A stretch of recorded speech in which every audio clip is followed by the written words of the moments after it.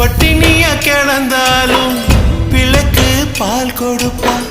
பால் குடிக்கும் பிள்ளமுவா பார்த்தே பசி மறப்பா.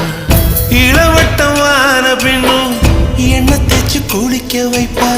உச்சி முதல் பாதம் வர உச்சி கொட்டி மகிழ்ந்திடுவா.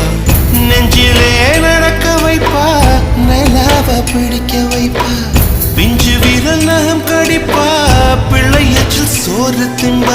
பல்ல முளைக்க நெல்ல முனையா மெல்ல மெல்லதான் கீறி விடுவா. உன்னையும் என்னையும் படைச்சதுங்க யாருடா? தெய்வம்